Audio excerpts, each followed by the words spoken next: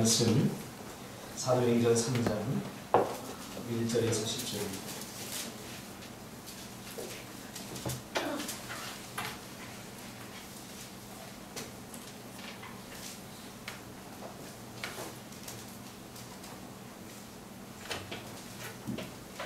한 절씩 교독하겠습니다. 제9시 기도 시간에 베드로와 요한이 성전에 올라갈새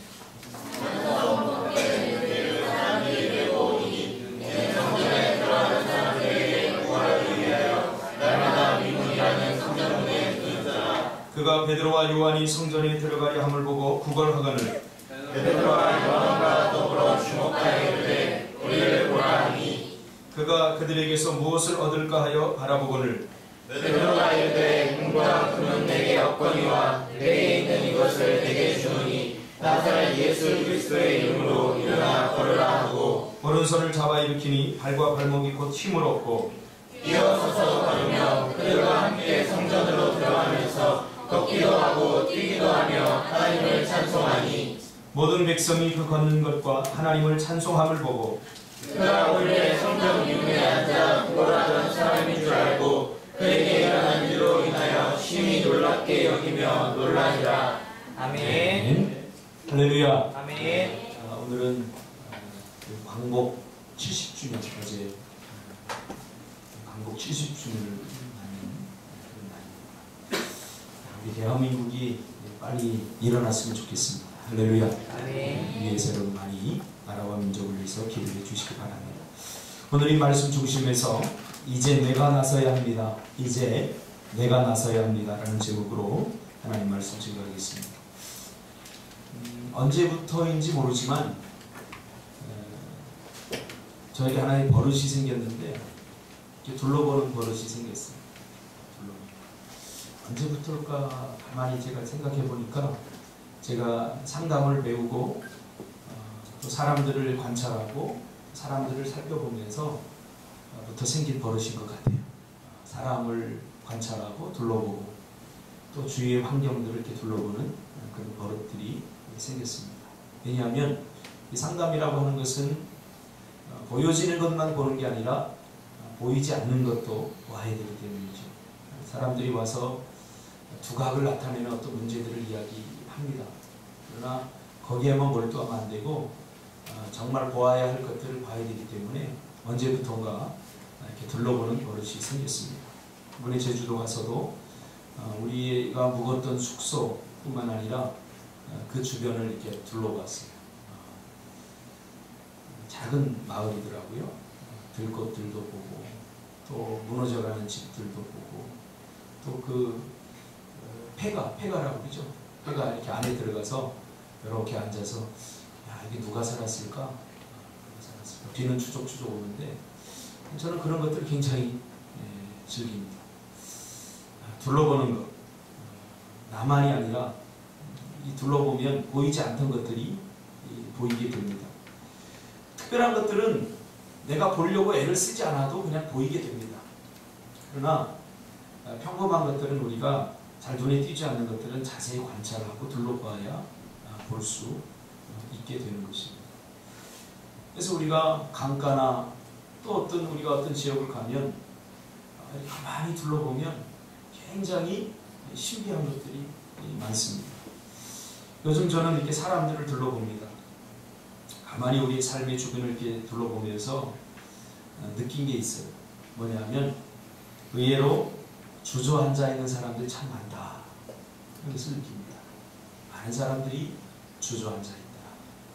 나라의 경제에 대한 희망을 포기하고 또 자기 자신의 어떤 개인적인 삶도 별로 기대도 없이 이렇게 주저앉아 쓰러져 있는 사람들이 참 많구나 그런 것을 발견하게 됩니다.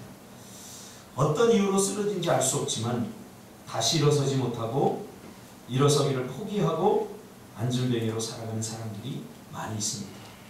요즘 한국에 하나의 그 흐름이 있는데 그게 뭐냐면 20, 30대들이 외국으로 이민을 많이 갑니다. 굉장히 20대, 30대들이 간다는 것은 이건 그냥 볼 문제가 아니죠. 20대, 30대들이 한참 일하고 20대, 30대 희망을 갖고 이 나라에 뭔가를 해야 될 그런 세대들인데 이 나라에서 더 이상 희망을 찾지 못하고 주저앉아 버린 거죠. 그렇죠?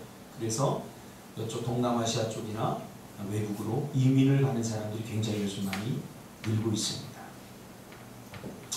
일어서지 못하고 있는 거죠. 주저앉아 있는 거죠. 취업률에 주저앉아 있고 또 물질과 돈에 주저앉아 있고 평생 벌어야 집 한 칸 장만하지 못하는 이 현실에 많은 사람들이 주저앉아서 살아가고 있는 거죠. 얼마나 그들의 마음의 상처가 깊고 실패의 충격이 크기에 걷는 것이 두렵고 뛰는 것이 불가능하다고 생각하며 살아가기에 이민을 선택한 것을 보게 됩니다. 이런 사람들 우리 주위에 굉장히 많습니다. 어쩌면 나도 그 사람 중에 한 사람일지 모릅니다. 내가 서 있는 곳에서 희망을 찾지 못하고 내가 함께하는 사람들에게서 희망을 보지 못하고 주저앉아 있는 사람들, 이런 사람들을 종종 경험하게 되면 그저 안타깝고 가슴이 아플 뿐입니다. 그들과 이렇게 이야기하다 보면 무기력을 발견하게 됩니다. 무기력. 여러분, 이 무기력이라고 하는 것은 학습됩니다. 그래서 심리학에서는 이것을 학습된 무기력이다 이렇게 표현합니다. 학습된 무기력. 어떤 환경에서 오래 살다 보면 그 환경을 그냥 배우는 거죠. 배우고 자기 영혼이 배우고 자기의 정서가 배우고 이렇게 되는 거죠. 그래서 그것을 벗어나지 못하는 그런 삶. 해도 안 되고 해봐도 소용없고, 그러니까 아예 어떤 도전과 시도를 하지 않는 이런 학습된 무기력. 저는 상담을 하면서 이런 사람들 많이 만나보았습니다.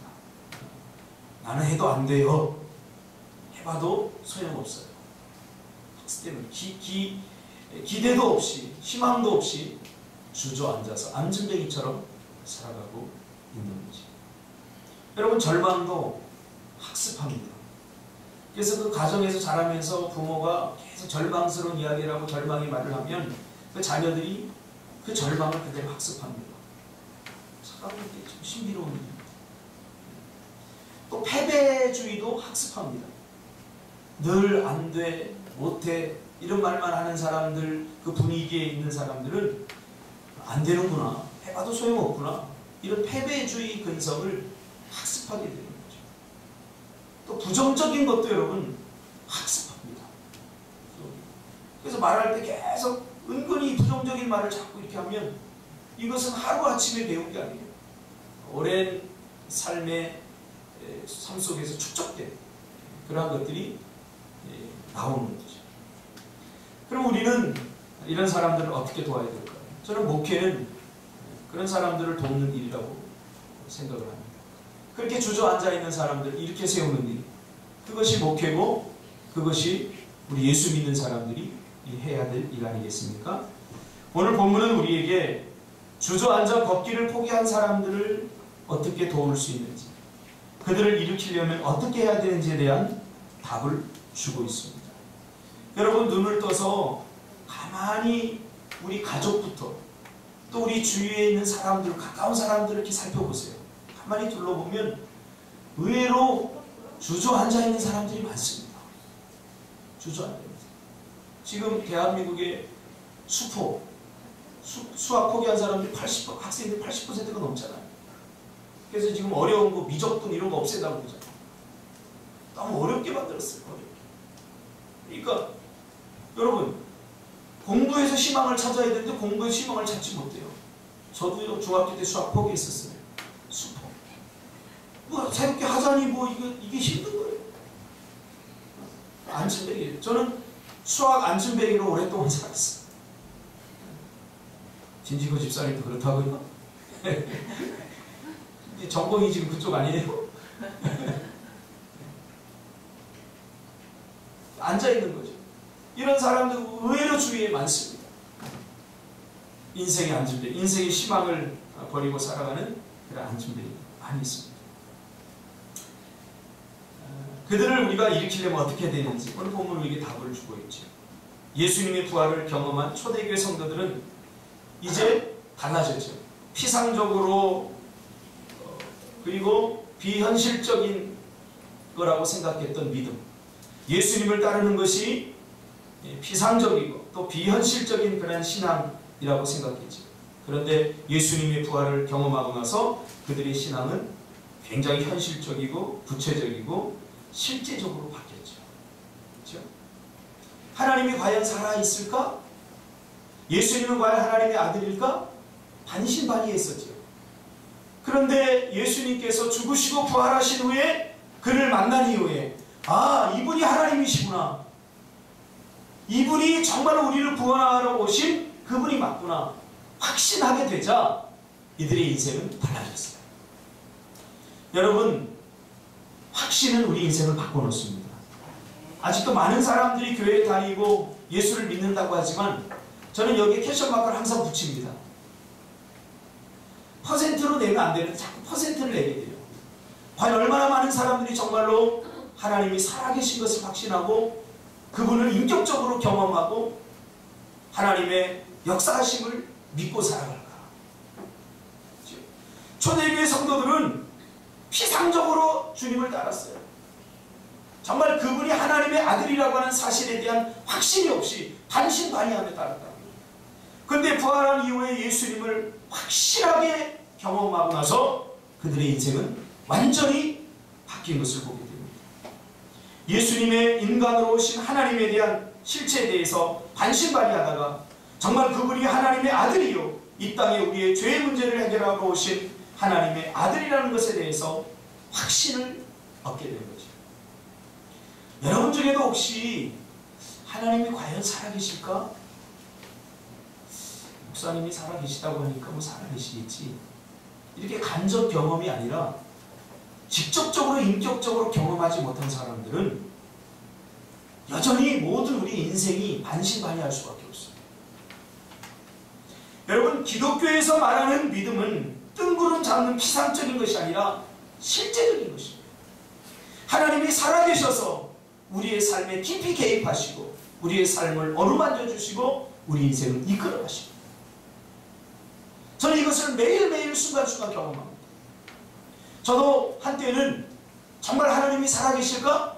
의심하고 아니야, 없을 거야 하고 신의 존재를 거부하고 살았던 적도 있어요. 그래서 저는 중학교 3학년만 되면 교회 안 다니려고 저는 굳게 결심한 적도 있어요. 그리고 실제로 1년 동안 안 나간 적도 있어요. 근데 참 신기한 것이, 내가 하나님을 거부한다고 해서 하나님이 없어 한다고 해서 하나님이 없어지는 것이 아니더라고요. 내가 부정한다고 해서 살아계신 하나님이 사라지는 것이 아니더라고요. 그것은 내 느낌이고 내 감정이죠. 하나님은 여전히 살아계셔서 역사하시더라고요. 그래서 고2 때 저를 그 하나님 만나주셨어요. 그 만나고 나서 주님을 경험하고 나서 저는 좀 단순해요. 아, 하나님이 살아계시구나. 그러니까 그분에게 그냥 다 헌신할 수밖에 없는 거죠. 저는 하나님이 은사를 주셨는데 그냥 믿어지면 하는 은사를 주셨어요. 믿어지면 하는 거예요. 믿어지지 않으니까 이 반신반의 하는 거죠. 이 믿음이 초대교회 성도들을 완전히 바꿔놓았고 초대교회 제자들을 완전히 바꿔놨어요. 그래서 자기 중심적이었던 제자들, 팔고 도망치고 자기의 삶의 유익업에 살던 이 제자들이 완전히 바뀌어서 주님을 위해 헌신하고 하나님 나라의 공동체 교회를 위해 헌신하는 사람들로 완전히 변화되었죠. 여러분, 이 믿음이 여러분 안에 들어가면 여러분 인생이 바뀌는 줄 믿습니다. 우리의 삶이 변화되기를 원한다면 오직 이 믿음밖에 없습니다. 이 믿음이 우리 인생을 새롭게 하고 때로는 예측할 수 없는 기적과 놀라운 능력을 나타내 보이기도 하는 거죠. 이 믿음을 가진 사람이 강력한 능력을 발휘하면서 살 수 있게 되는 것입니다. 히브리서 11장 1절 말씀처럼 믿음은 바라는 것들의 실상이요 보이지 않는 것들의 증거인 것을 실제적으로 우리의 삶 속에서 뼈저리게 경험하게 되는 거죠. 제가 저번 주에 한 영상을 봤는데 미국의 인류 기업들, IBM, GE 그런 회사에 들어가서 승승장구하는 세계 그 슈퍼컴퓨터를 다룰 수 있는 자격증, 미국에서 이제 9번째로 이 사람이 딴 사람이에요. 그분이 우리나라에서 7살 때 이민을 갔어요. 그러니까 자기는 1.5세대도 아니고 1.8세대라고 그러더라고요. 그분이 어릴 적부터 교회 다니면서 주일학교, 성경학교 때 전도를 받아서 교회 다니면서 이제 미국에 가서도 자연스럽게 교회를 다녔죠. 근데 어느 날 갑자기 그런 생각이 들더래요. 에이, 하나님은 안 살아계시지 않아. 왜 이런 생각이 드냐? 하나님은 공평하지 않아, 살아계시다. 왜냐하면 자기는 공부도 별로 못했고 자기는 그렇게 애쓰고 힘쓰지 않았는데 자기가 힘쓰고 애쓴 거에 비해서 자기는 너무 잘 돼 있더라고요. 하나님이 공의 하나님이고 정의 하나님이라면 자기보다 더 힘쓰고 애쓴 사람들이 많은데, 쉽게 말하면 이 사람이 뉴욕 주립대 나왔는데 하버드대 같은 더 좋은 데 나온 사람들은 취직이 안 돼서 지금도 아버지 밑에서 정육점에서 일하고 있고 그런데, 자기는 그 사람들보다 더 못한 대학을 나왔는데 좋은 회사에 취직해서 소위 말하는 잘 나가는, 미국 사회에서도 상류 1% 안에 드는 그러한 삶을 자기가 살고 있더라는 거죠.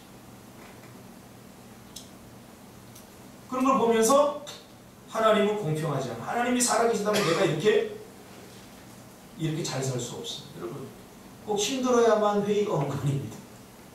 그러니까 간증을 듣던 그 아나운서 그래요. 잘해줘도 문제네. 하나님 잘해. 이런 회의가 왔어요. 그래서 하나님은 없다. 믿음은 하나님께서 우리에게 주시는 선물인 거 확실히 맞습니다. 믿음이 없으면 별걸 다 갖고 회의하게 됩니다. 별걸 다 갖고 하나님을 부정하게 됩니다. 잘해줘도 그래, 잘해줘. 그런데 그 마음이 하루 만에 바뀌었대요. 그 마음을 알고 하나님께서 강하게 역사하신 거죠. 그러니까 하나님이 택한 사람, 하나님이 선택한 사람, 하나님께 절대 버리지 않습니다.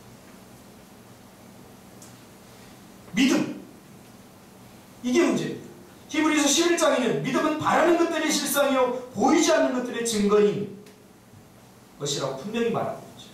초대교회 성도들은 믿음의 위력이 얼마나 대단한지 실제로 보고 듣고 경험하고 매일매일 순간순간 체험했던 사람들입니다. 그러니까 믿음이 없이는 살아갈 수 없다는 것을 그들은 분명히 깨달았지. 믿음의 위력이 얼마나 대단한지, 믿음 없이 사는 것이 얼마나 허무한지 이들은 너무나 잘 알았던 거죠. 믿음 없이는 살 수 없다는 것을 알았죠. 오늘 21세기를 살아가는 우리 그리스도인들, 우리들의 삶 속에는 믿음이 전혀 소용이 없는 것 같고 믿음의 비현실성을 우리는 매일 경험하고 있지 않습니까? 믿음으로 사는 것이 정말 가능한가? 이 세대들에게는 믿음으로 사는 것이 가능하다고 말해도 별로 마음에 와닿지 않습니다. 먼 나라의 이야기, 다른 사람들의 이야기처럼 들리는 것도 사실입니다.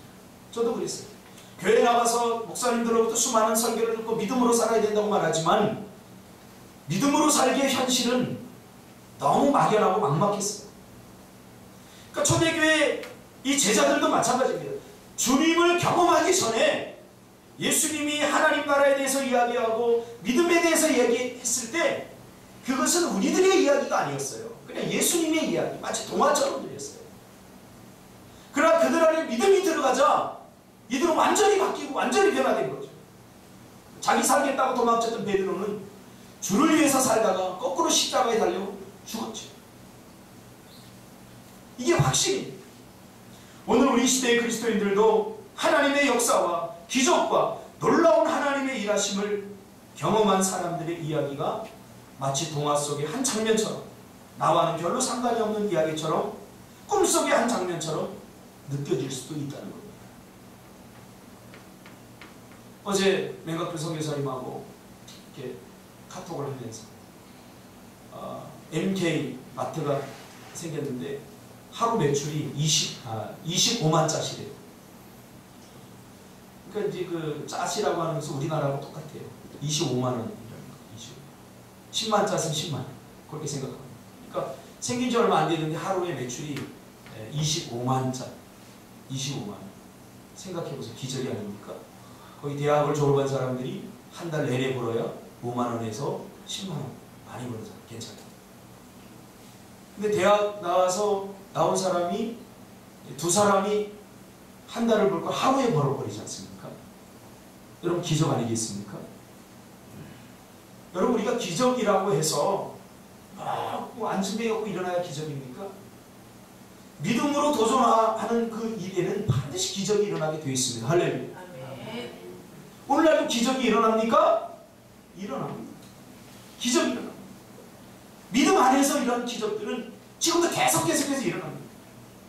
이러한 삶이 실제적으로 가능하다고 믿는 사람들이 많지 않습니다. 오늘 현실 속에서. 그래서 예수를 믿어도 교회에 다녀도 이런 기적의 시대는 이미 지나갔다고 생각합니다. 기적의 시대가 지나갔다는 것은 믿음의 세대가 지나갔다는 것과 마찬가지입니다. 오늘 본문은 우리의 이런 불신과 무기력한 삶에서 벗어나도록 도와줍니다. 오늘 본문은 초대교회의 두 핵심 인물이었던 베드로와 요한이 성전에서 기도하러 가면서 시작이 됩니다. 오늘 본문은 제9시 기도 시간에 라고 표현한 것을 봐서 이들은 매일매일 규칙적으로 습관적으로 시간을 정하고 기도한 것을 보게 됩니다. 쉬지 말고 기도하라. 항상 깨어 기도하라. 이 주님의 말씀을 성실하게 실천하고 있는 거죠. 그러니까 확신하는 사람은 다시 기본으로 돌아가게 되어 있습니다. 우리가 뭐 큰 것을 잘못해서 인생 잘못 사는 거 아닙니다. 여러분 기본을 회복하시길 바랍니다. 기본기가 없는데 프로페셔널이 될 수 있습니까? 기초가 닦여지지 않는데 프로가 될 수 있습니까? 천만의 말씀. 기초가 닦여져야 됩니다. 기본기가 있어야 프로가 될 수 있습니다. 저는 요즘 청춘FC 안정환이 감독하는 어떻게 보면 축구 안전뱅이들이죠. 축구 안전뱅이들. 어느 팀에서도 뽑아주지 않아서 축구를 포기하고 살아가는, 그러나 여전히 미련이 남아있는, 그라운드에서 뛰고 싶은 욕망은 있지만 도전할 용기가 없어서 축구 안전뱅이로 살아가던 그들에게 안정환 감독이 나서서 그들의 새로운 길을 열어주는 그 프로그램 요즘 하고 있지 않습니까? 그러니까 이 안정환 감독이 뭘 시키냐 보니까, 저도 이제 초등학교 때 축구를 좀 해서 알아요. 초등학생들이 하는 기본기를, 기초를 하더라고요. 거기에는 청소년 국가대표를 했던 친구들도 있고 15세 대표, 18세 대표 했던 친구들이 있는데 오랫동안 축구를 쉬면서 기본기를 다 잊어버린 거예요. 기초를 다 잊어버린 거예요. 그러니까 공을 던지고 공을 터치하고 받는 아주 기본적인 거 하더라고요. 그러면서 안정환 감독이 그런 얘기예요. 너희들 이런 거 하는 거 유치하게 생각하지 말아라. 내가 볼 때 너희들은 기본기가 전혀 없다. 그러니 여기서부터 다시 시작해. 그 기본기를 이렇게 하면서 쭉쭉쭉 커나가는 것을 보게 됩니다. 이번 주에는 벨기에 2부 리그하고 했는데 1대0으로 지더라고요. 우리나라 대학팀하고도 막 벅찼는데 벨기에 2부 리그 팀하고 했는데 1대0으로 아깝게 지더라고요. 그렇습니다. 우리 신앙의 기본이 뭐냐? 매일 기도하는 겁니다. 기도하는 게 기본이 아니라, 오늘 초대교회 성도들은 때를 정하고, 여러분 쉬지 말고 기도하라, 그 말은 뭡니까? 쉬지 않고 어떻게 기도합니까? 매일 규칙적으로 반복적으로 시간을 정하고 기도하라는 거예요. 할렐루야. 그러니까 신앙생활이 안 되는 이유는 바로 이겁니다. 기본에 충실하지 않기 때문에. 신앙의 기본이 뭡니까? 매일 시간을 정하고 꾸준하게 규칙적으로 반복적으로 기도하는 거예요. 많이 기도하는 게 아닙니다. 오래 기도하는 것보다 더 중요한 것은 매일 꾸준히 기도하는 거예요. 계속할 때 나타나는 게 뭡니까? 능력 아니겠습니까? 여러분 계속하는 게 능력입니다. 계속 안 하니까 능력 발휘가 안 되는 거예요. 한 분야에서 한 가지를 10년 동안 하면 우리가 프로라고 인정해 주지 않습니까? 근데 10년 할 능력이 안 되는 거예요. 10년 할 인내력이 없는 거예요. 나에게. 초대교회 성도들은 매일 정해놓고 꾸준히 기도했어요. 매일 꾸준히 하는 사람을 당할 수가 없는 거죠. 당일치로 따라갈 수 없어요. 어느 일정 부분 내가 투자한다고 따라갈 수 없습니다. 매일 여러분 시대는 잘 모르겠지만 조용필 가수 있는 그분이 예전에 마약을 정말 대마초로 피고 그래서 감옥에 몇 번 들어갔어요. 거기 살 거 없으니까 매일 뭐 했냐면 발성 연습. 매일 왜 했다는 거예요. 지겹더라고요. 자기가 노래 잘 못하는 거 본인은 알았어요. 그래서 자기 목소리로 이 대한민국 가수로 살아남으려면 뭔가 독특한 음색이 나와야 된다고 생각했어요. 그래서 매일 꾸준히 소리 지르고 목에서 피가 나도록 연습을 했어요. 그랬더니 그 목소리가 된 거예요. 아무도 타의 추종을 불허하는 아무도 따라할 수 없는 그 목소리가 됐어요. 지금 뭐 여러분 뭐 엑소니 뭐 이런 애들 나오지만 사실은 전무후무하지 않습니까? 한국의 대중문화를 바꿔놓은 사람이 서태지가 아닙니다. 조용필입니다. 노래만 하면 기도하는 걸 와! 정수입 사람도 했잖아. 그 전까지 가수 따라다니고 그게 뭐가 이 사람이 시초가 된 거예요. 매일 꾸준히를 따라잡을 수 있는 것은 아무것도 없습니다. 습관적으로 반복적으로 규칙적으로 기도하는 것 이것이 바로 쉬지 말고 기도하는 거예요. 초대교회 성도들은 그것을 성실하게 했던 거죠. 그러니까 세상이 예수 믿는 사람들을 따라잡을 수 없는 거죠. 지금 우리는 세상을 막 따라잡으려고 해요. 과거에는 세상이 교회를 따라잡으려고 했는데 그래서 교육하면 다 교회 보냈어요. 주일학교도 다 교회 보냈어요. 왜? 교회가 세상 교육을 이겼기 때문에 훨씬 수준이 있고 학교에서 연필을 공부할 때 우리는 교회에서 환등기 가지고 봤거든요. 학교에 프로젝트 없을 때 교회는 이미 프로젝트를 사용했거든요. 따라가는데 이제는 뒤처져요. 왜요? 기본에 충실하지 않기 때문에 자꾸 세상을 따라가요. 여러분 기본에 충실하시길 바랍니다. 기본에 무엇을 하든지 기본에 충실. 요리사가 되겠다는 사람이 칼질 제대로 못하면 됩니까? 안 됩니다. 제가 군대에 있을 때 제가 군수과에 있어가지고 취사병들과 친했어요. 왜냐하면 쌀을 줘야 되고 또 이렇게 해야 되니까. 걔네들 처음에 오면 취사병들 오면 뭘 시키냐면요. 무 쓰는 것도 시키고 어떤 놈 들어왔는데 이등병인데 2달째 무만 쓰고 있어요. 처음에는 막 손도 다치고 막 반창고 붙이고 하더니 어느 날 딱 갔더니요. 안 먹어.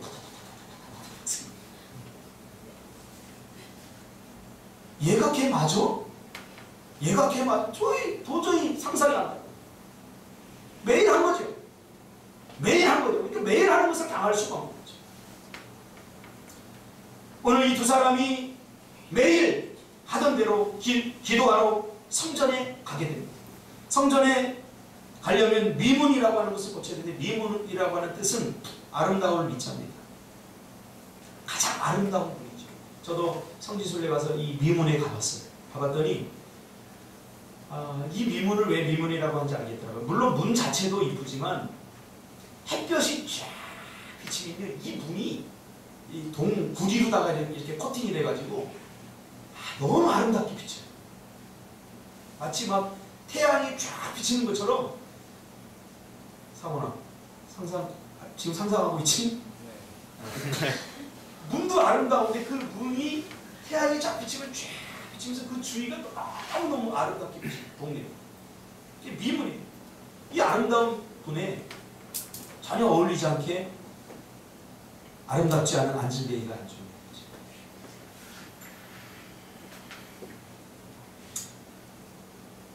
이 안진뱅이는 성전으로 사람들이 기도하러 갈 때 이 문을 반드시 거쳐야 되는 것을 알기 때문에 많은 사람들이 왕래를 하기 때문에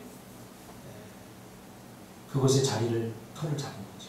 장사를 하려면 유동인구가 많아야 되잖아요. 사람들이 왔다 갔다 하고 많이 돼야 되잖아요. 이 사람은 이걸 아는 거죠.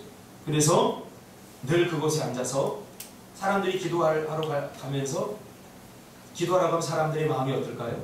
자비롭지 않겠어요? 기도하러 가는데 뭐 욕심 갖고 가겠어요? 기도하러 가는데 얼마나 겸손하고 자비할까요? 그 자비한 사람들의 주머니에서 얼마나 많은 돈이 나올 수 있을까요? 그렇죠? 그래서 그 미문에 앉아있는 거예요. 그때에 맞춰서. 그걸로 사는 인생. 스스로 뭔가를 생산해낼 수 있는 능력을 상실한 사람이죠. 자기 혼자, 자기 스스로는 뭔가를 할 수 있는 능력을 상실했어요. 누군가 도와주지 않으면 다른 사람들의 의존해서 살아갈 수밖에 없는 그런 사람이죠. 이 사람은 육신적으로도 안진뱅이이지만 그 육신의 안진뱅이가 마음의 안진뱅이까지 만들어버린 거죠. 그렇죠? 스스로 할 수 있는 일이 아무것도 없어요.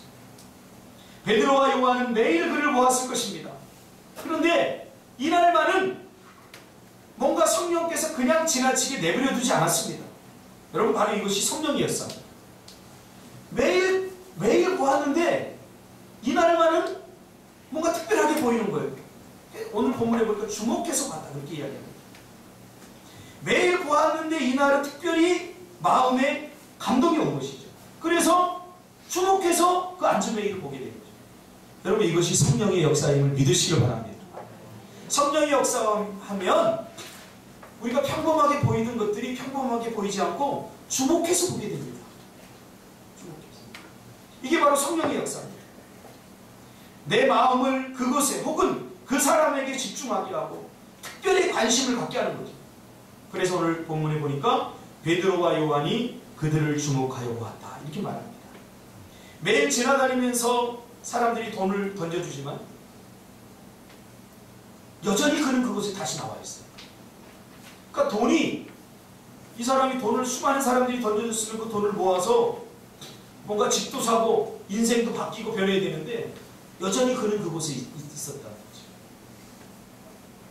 그러니까 베드로 요한이 성령께서 통찰하는 마음을 주니까 그것을 본 거죠.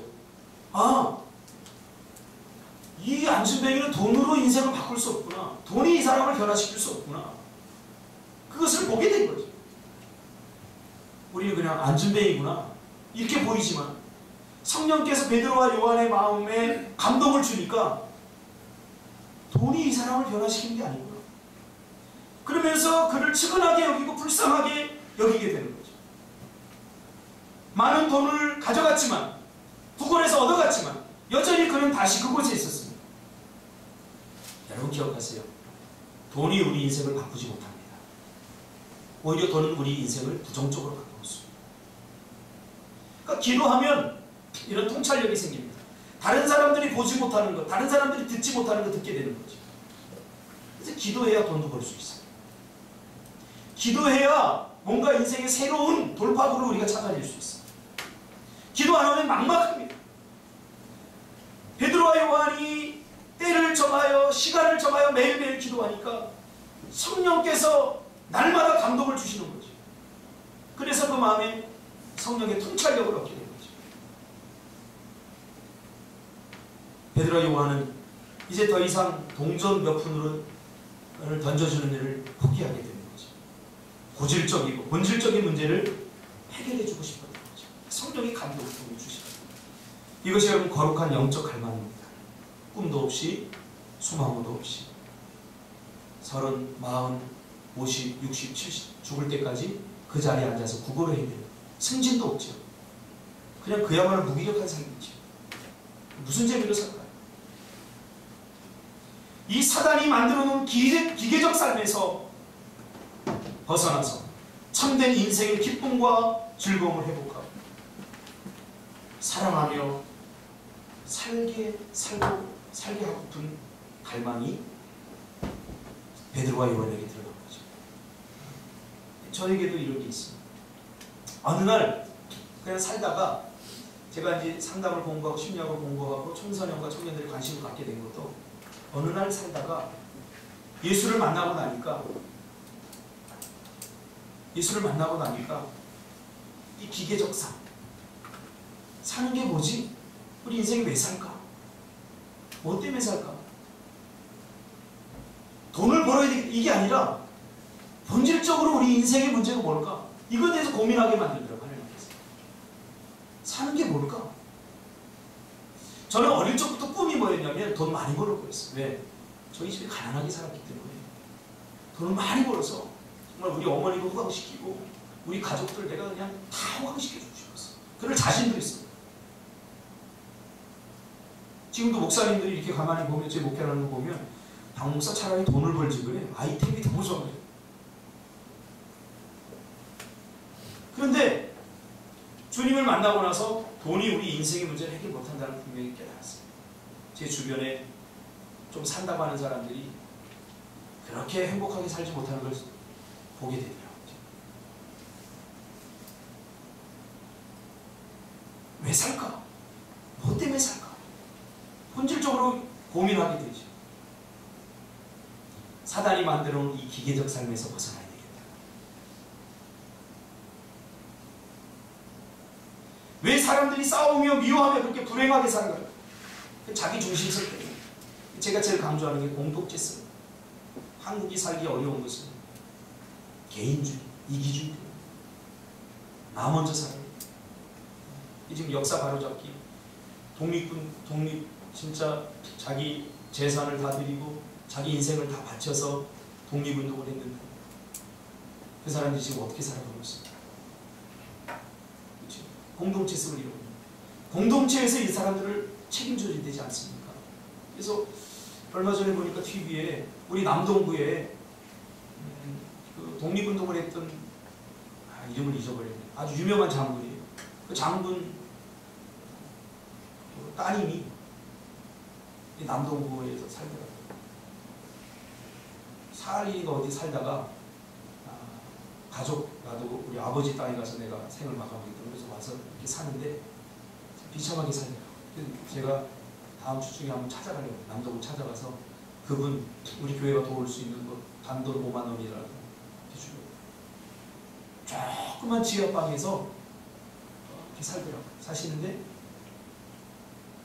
전기료 11,000원이 나오는데 이 더운 날씨에 그 아끼려고 선풍기도 없이 그렇게 보내고 있더라고요. 그래서 그게 너무 마음이 아픈 거예요. 그래서 다음 주에 어제 제가 그 영상을 봤거든요. 남동구청에 찾아가서 좀 주소를 알아서 우리가 돈 많으시게라도 해서 좀 도우려고 해요. 성령이 감동을 주더라고요. 그런 사람들이 얼마나 많아요. 우리 교회가 세상을 살릴 수 있습니까? 도와준다고 해서 세상이 바뀝니까? 저는 바뀐다고 생각합니다. 성경이 그렇게 이야기하고 있기 때문에 그렇죠. 그러니까 문제의 본질이 뭔가를 찾아야 됩니다. 미봉책이 아니라 본질적으로 이들은 베드로 요한을 해결해주고 싶은 거죠. 돈을 줬지만 이것이 해결이 안 되잖아요. 여전히 남아있잖아요. 여전히 구걸하잖아요. 구걸하는 인생이 변화가 안 되잖아요. 그러니까 본질적으로 어떻게 되느냐? 이 사람을 일으켜야 되겠다 생각한 거죠.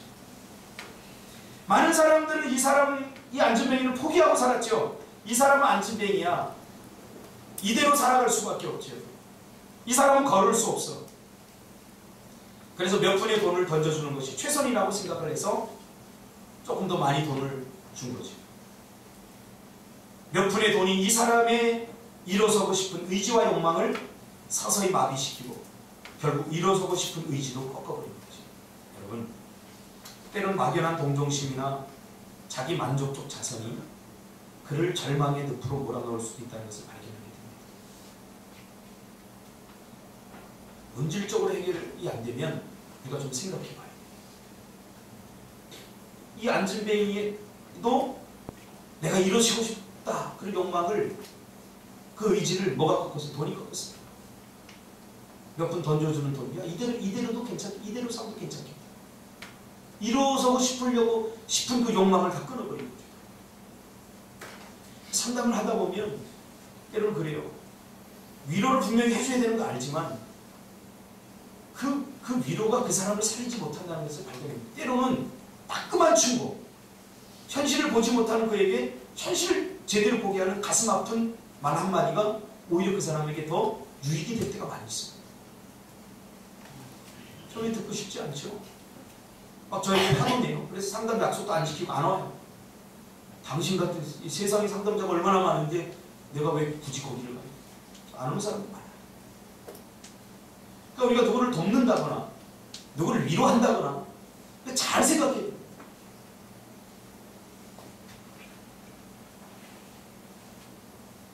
이 사람의 소망은 걷고 싶다 해서 이제는 하루에 매출을 많이 올리는 걸로 바꿨어요. 더 많이 버는 거, 더 많이 구걸하는 거. 여러분 얼마나 비참한 소망입니까? 걷고 싶다. 내가 정상적인 달인을 해서 다른 사람들을 돕고 싶고 더 위대한 일을 하고 싶다.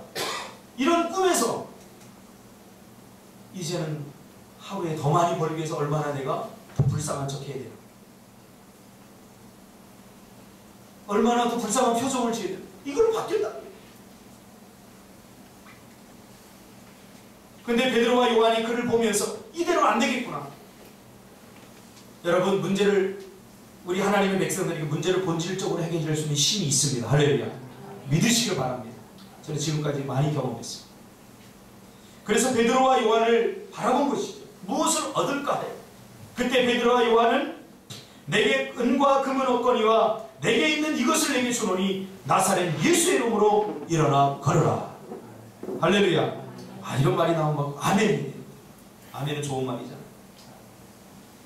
우리가 주저앉아 있는 사람들에게 무엇을 주어야 하는지 분명하게 보여주죠. 돈이 아닙니다. 값싼 위로가 아닙니다. 바로 예수 그리스도입니다. 예수 그리스도만이 길이요 진리요 생명입니다. 우리 주변을 돌아보세요. 마지못해 인생 버티기를 하는 사람들 많이 있습니다. 주저앉아 있는 사람들 많이 있습니다. 뭔가 하고 싶지만 그게 이루어지지 않을 것이라고 하는 것을 자기 자신도 알아요. 여러분, 꿈이 있는데 이 꿈이 이루어지지 않을 것이라는 것을 알면서도 어쩔 수 없이 살아야 되니까 사는 사람들 많습니다. 가짜 꿈을 붙잡고. 그런 사람들에게, 아닌 것을 붙잡고 발버둥 치는 사람들에게 위로가 무슨 필요가 있겠습니까? 저 사람 장사하면 안 되는지 알아요. 근데 장사 잘 될 거야. 열심히 하면 될 거야. 이 위로가 무슨 말이냐. 당신은 장사 체질이 아니야. 그러니 당신 공부를 해. 본질적인 문제를 해결해야죠. 그렇죠? 그래서 예수만이 길이고 예수만이 진리고 예수만이 생명인 것입니다. 그래서 예수의 이름으로 그들 안에 있던 예수의 이름을 안진뱅이에게 그대로 전해준 거죠. 고기를 잡아주지 말고 고기 잡는 법을 가르쳐주라, 그런 말 있지 않습니까? 사람들은 지금까지 그에게 고기를 잡아다 주었죠. 그러니까 고기를 잡으려고 하는 의지와 고기를 잡을 능력을 상실해버린 거죠. 하나님은 그가 원하는 것을 주기보다는 그에게 정말 필요한 것이 무엇인지를 알고 계시죠. 이 안진뱅이에게 필요한 것은 몇 푼의 돈이 아니라 그를 걷게 하는 거죠. 우리를 향한 하나님의 마음도 똑같습니다. 우리가 그토록 기도하지만 하나님은 우리에게 정말 필요한 것이 뭔지 알아요. 우리에게 정말 필요한 것이 돈일까요? 우리에게 정말 필요한 것이 직업일까요? 안정된 직장일까요? 우리에게 정말로 필요한 것은 예수 그리스도. 예수 그리스도가 희망이기 때문이죠. 예수 그리스도만 있으면 세상 모든 것을 다 얻게 되는, 그걸 준 거지. 그럼 많은 사람들이 왜 동전 몇 푼만 던져줬을까요? 간단합니다. 아무도 그 안진뱅이가 걸을 수 있다고 상상하거나 믿었던 사람이 아무도 없었기 때문이죠. 만약 이 안진뱅이가 걸을 수 있다고 생각하거나 상상하거나 믿었다면 그대로 내버려두지 않았겠죠.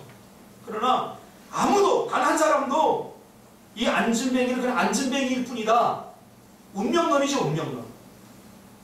가난한 사람은 내가 평생 가난하게 살아야 된다.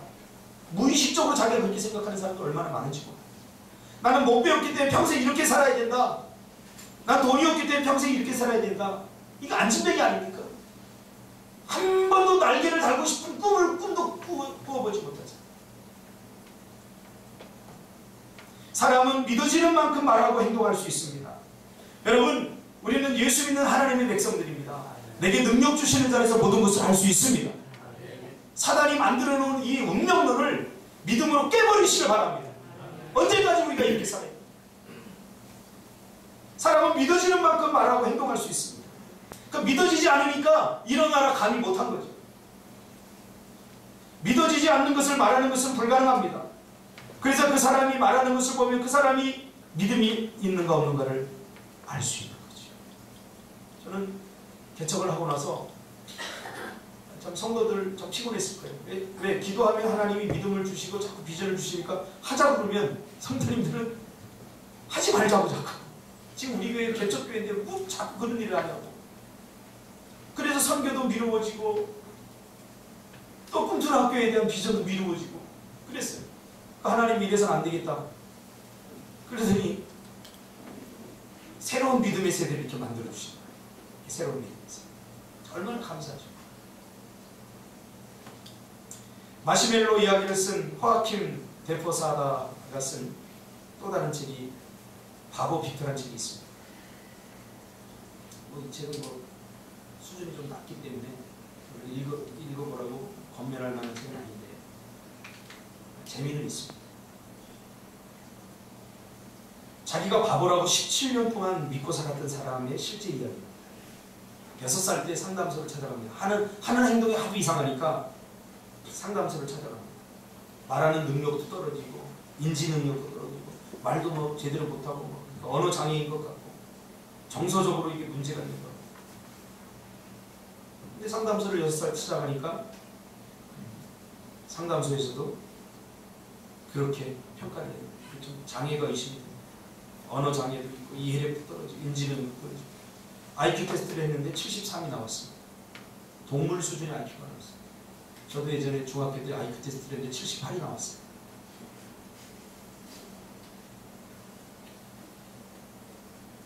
그러니까 부모가 이거 어떻게든지